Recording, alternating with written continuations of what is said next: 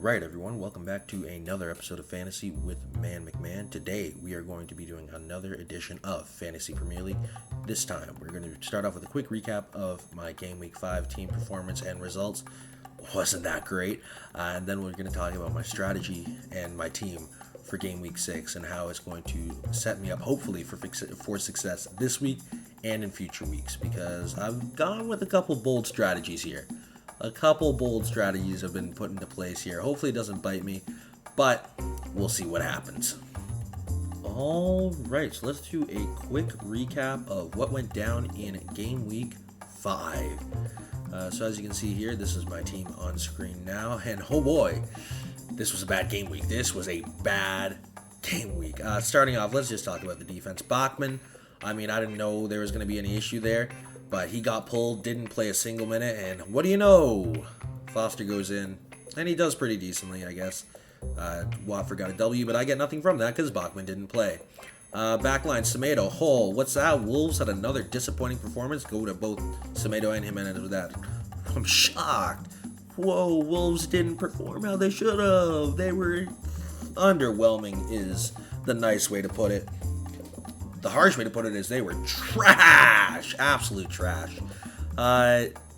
Trent Alexander-Arnold, he got ill and found out about that too late, and here we are. Another 0 on the board, because the issue was, it was a free hit team. So I put everything onto the field. I had no bench, so as soon as I have players missing time, there's nothing I can do to recover from that. So, yeah, that was bad.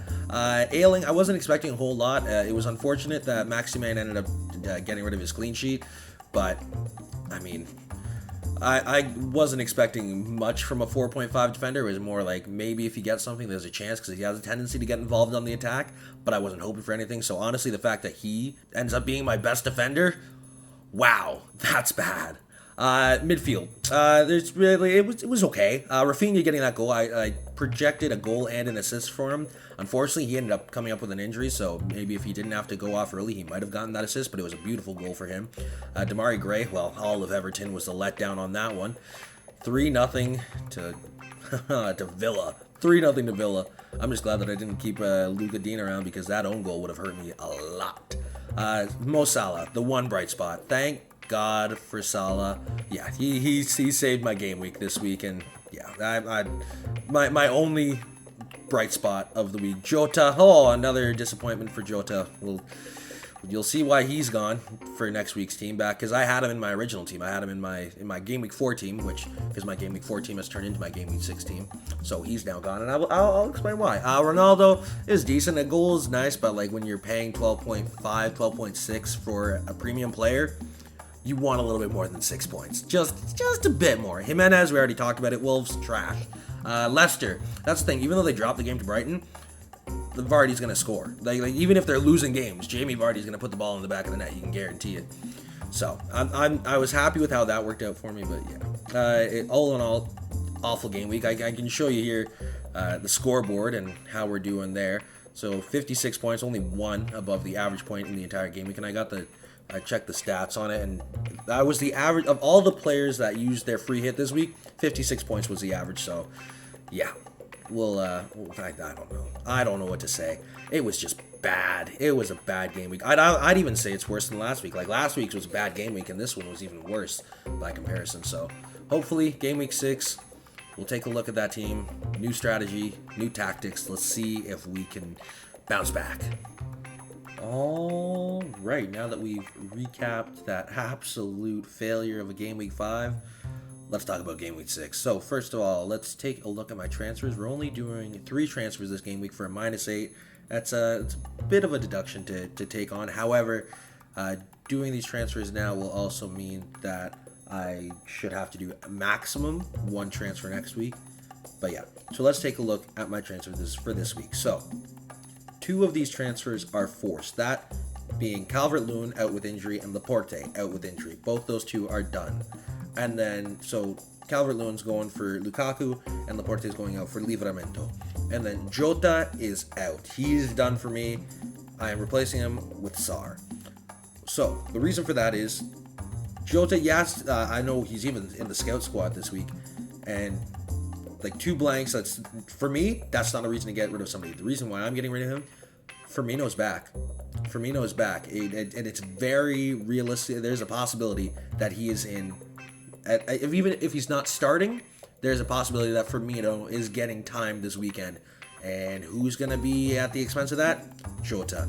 Even if it's like not a time thing, like if Jota's still getting the same minute, he's not running that center forward slot anymore. So his attacking value isn't there anymore. So that's the reasoning behind these 3 transfers. I originally I was thinking about doing, instead of Sarr and Lukaku, I was going to go for Salah and Dennis.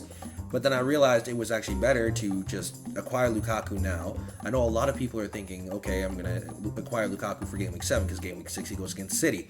And normally I would go for that same idea as well, but this way I don't have to have the additional transfers for Game Week 7. And missing Laporte, that means that the 2 center backs that City is most likely running with is Ruben Diaz and Nathan Ake. And Ake, as we saw against Leipzig in the UCL match day 1, he's a bit of a liability. He is a bit of a liability. I mean, Leipzig managed to put 3 past him, so it raises some questions, and there's no reason that Lukaku can't do the same. It'd be like comparing Christopher Nkunku to Romelu Lukaku. I know who I'm taking in that matchup. So I'm not expecting anything. I'm not counting on Lukaku putting up big points, but I know there's that chance, and I wouldn't want to miss out. And just in case he doesn't have a big game week, I have Diaz there as a countermeasure, so it's a little bit of hedging my bets. It's the same thing how I have Livramento and Traore. It's just in case one doesn't happen, the other is there to safeguard it. So let's talk about the team as a whole. So Lloris going up against Arsenal.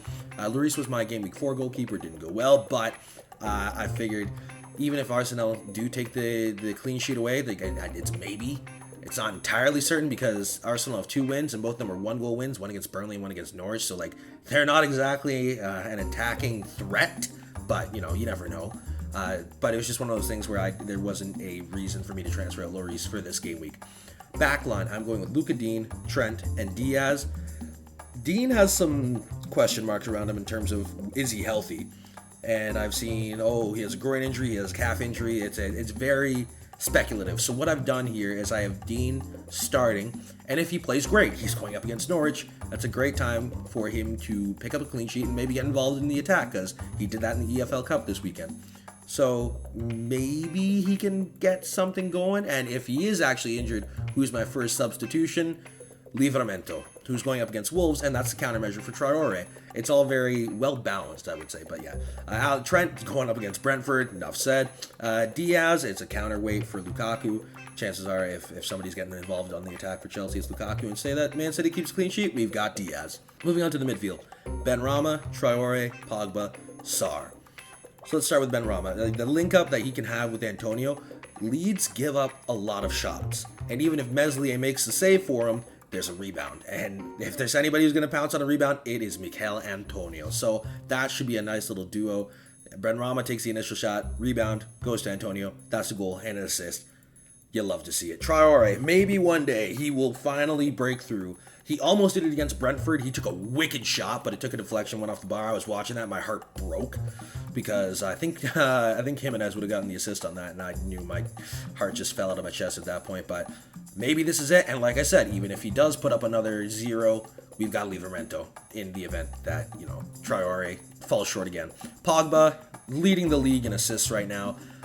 How can you not when you've got Ronaldo, Fernandes, Greenwood, Sancho, Lingardinho? If you got that as your attacking threat, you're going up against Villa. I'm not entirely certain about United's production against Villa right now, because I know a lot of people are saying Villa is bad defensively, but when you look at it, it's really not that bad. Like, their one bad defensive game week was against Chelsea where they got beat 3-0. But even then, it was when they had first just transitioned to a back 5, and they didn't have Martinez. They had Jed Steer in that. So yeah, it was a bad game week, but it's not like they're bad defensively. It's that one in Watford they allowed 3 when they were still getting used to all their new transfers. So They're not great defensively. Like Villa are still not like pinnacles of defending, but they're not as bad as everyone said. And the reason for that is, yes, I'm still keeping Ronaldo because it's Ronaldo, and Pogba, same deal. Like that link up is nasty. But that's why I've gone with Antonio as a captain, because I don't think Villa are as bad as everybody's saying on the defensive end. And then obviously I've already talked about Lukaku. My front three. My front three is lethal, and they're gonna be my front three for the foreseeable future. All right, that about does it for me for this Game Week 6 edition of Fantasy Premier League. Hopefully, I was able to help you out and give you a little strategy insight, and hopefully Game Week 6 goes a lot better than Game Week 5. Oh boy, really hoping for that. Anyway, I'll be back probably this Sunday, roughly, for Match Day 2 of UCL Fantasy. That'll be happening. I'm got a couple neat tricks up my sleeve for that one in terms of how my strategy is going to play out for both Match Day 2 and for pretty much the rest of the tournament, because Match Day 2, like the type of moves that I'm making and the strategy that I'm using, it links up all throughout the rest of, well, definitely throughout the rest of the group stage. Anyway, I'll talk about that more on Sunday. Have a good one, and peace.